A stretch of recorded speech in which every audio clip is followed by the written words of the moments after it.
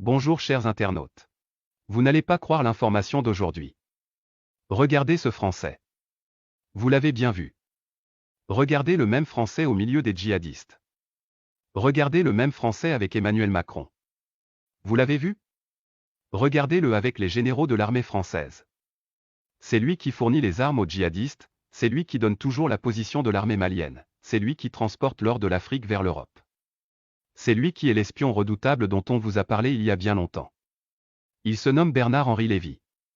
C'est un espion français le plus grand, mais il se promène partout avec le nom écrivain, ou philosophe ou journaliste, Bernard-Henri Lévy. On le surnomme même BHL, né le 5 novembre 1948. On vous dira même souvent qu'il est un acteur. Son nom au Mali est Pierre-Marie. Au Niger on l'appelle Michel. En Centrafrique Jean-Yves. Au Libéria il s'appelait Antoine. Dans des endroits il est journaliste souvent acteur. Il a étudié à Institut d'études politiques de Paris, lycée Louis, le grand lycée Pasteur de Neuilly-sur-Seine. Il est l'auteur des actions sur la judaïté, l'identité, le sionisme, les intégrismes religieux, l'antisémitisme, l'esprit baudelairien, dont il se réclame, les États-Unis et la guerre en Libye. Son père s'appelait André Lévy. Il était au 2e bataillon de marche. Sa mère s'appelait Dina. Son frère s'appelle Philippe. Et sa sœur s'appelle Véronique. Sa fille s'appelle Justine Lévy.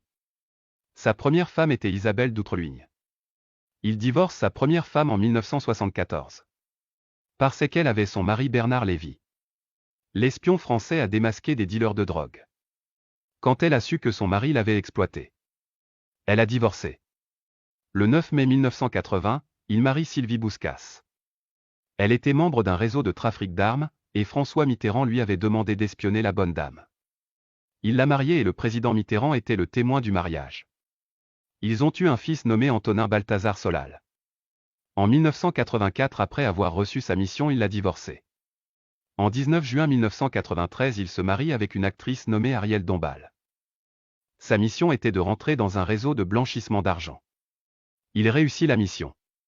Sous Nicolas Sarkozy, il réussit la mission de la Libye et de la Côte d'Ivoire.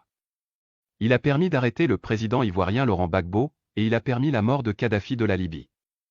Sous François Hollande, il a pu s'infiltrer en Syrie et distribuer des armes pour que les Syriens se tuent. Il a réussi aussi. Il était là-bas en tant que journaliste depuis 1978. Il fait des va-et-vient entre le Mali et le Niger.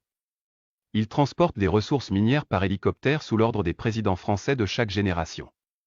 Aujourd'hui, il travaille avec Emmanuel Macron. Méfiez-vous des Français espions. Emmanuel Macron osera venir au Mali avec le dévoilement de ce visage? Il est vrai homme fort de la sécurité d'État français.